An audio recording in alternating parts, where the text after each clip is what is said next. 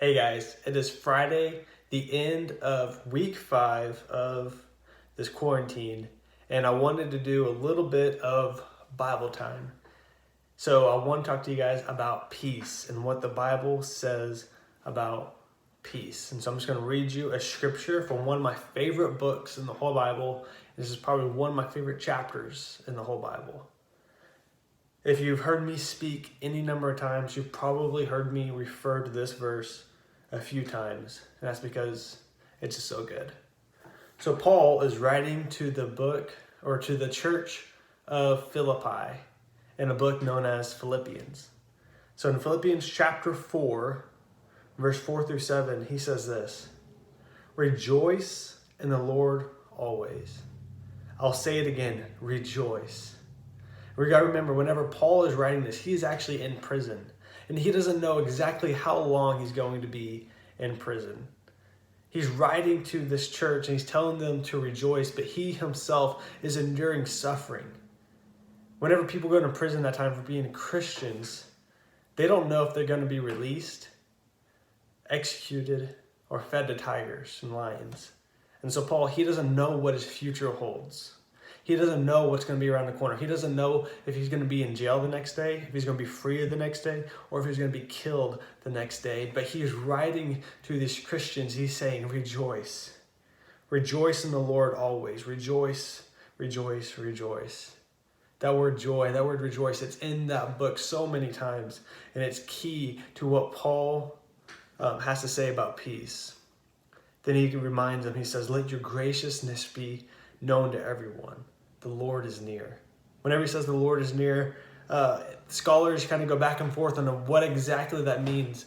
Does that mean that God's presence is all around you, that the Lord is near to you all the time? Or does it mean that the Lord's coming is near, like the second coming of Jesus? Jesus is going to come soon. I think sometimes it means both. I think it means that Paul really believed that the coming of the Lord was near. And that you needed to have, you need to be gracious to everyone. You need to rejoice because Jesus, he could come back at any time. Doesn't matter when, doesn't matter where. Jesus can come back anytime. So be ready, be prepared, be rejoicing, be gracious. Make sure you're on mission. I think it also means that the Lord is near to your heart. God's presence is everywhere, and God is always going to be with you no matter what. He's reminding you of this. And then in verse 6, he says, don't worry about anything. He says, you don't have anything to worry about. God is near. He's near to your heart. He's going to be coming soon. So don't worry about anything. I don't know about you, but that is one of the hardest things for me to read. Don't worry about anything. How are you supposed to not worry whenever you have to plan this, you have to think about that, the whole world shut down, we don't know when things are going back to normal. I'm trying to plan things, I'm trying to do this, trying to do that, trying to make sure I'm organized, trying to make sure everything's right. How are you not supposed to worry? If you're anything like me, this is one of the most troubling parts. But he says, but in everything. Don't worry about anything. Not even one little thing. Don't even worry about it. But he says, but in everything. What does everything mean? Everything means everything. But in everything, through prayer and petition with thanksgiving. Prayer, of course, we know what prayer means. It's praying to God. It's talking to God as if he is a friend, or as if he's near, as if he is listening to us. Petition, that's asking. It's presenting a request. It's just presenting a request. It says with thanksgiving. That doesn't mean having a huge meal with your family with biscuits and mashed potatoes and gravy and turkey.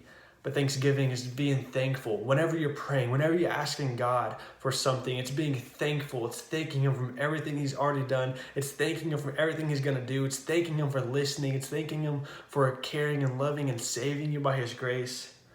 He says, spend everything.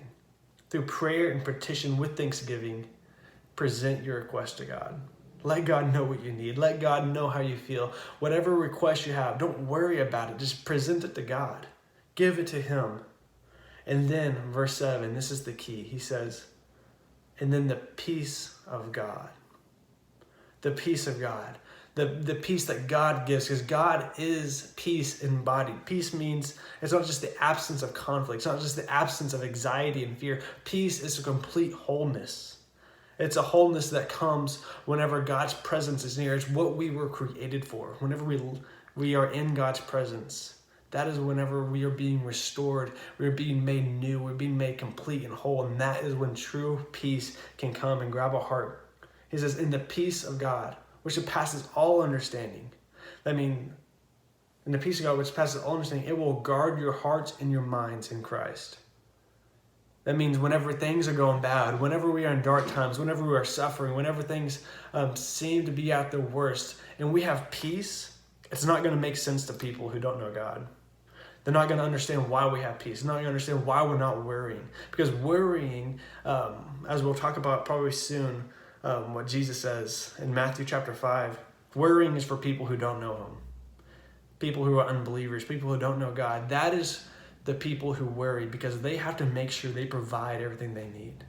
If they need food, if they need clothing, they need water, they have to make sure they do everything they can to get it. But whenever we are in God, whenever we are in Jesus, He's going to give us peace, and we just ask Him for everything we need, and He's going to make sure that we have it. And because of that, we can have peace, and it's not going to make sense to anybody, but it's going to be there.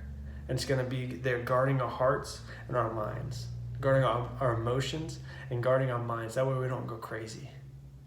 I love you guys. Hope you guys find this helpful. If you guys have any other verses or any other scriptures you want me to talk about for Bible time, send them to me, comment below, and I will make sure that we discuss everything we need to discuss. Love you guys. Praying for y'all.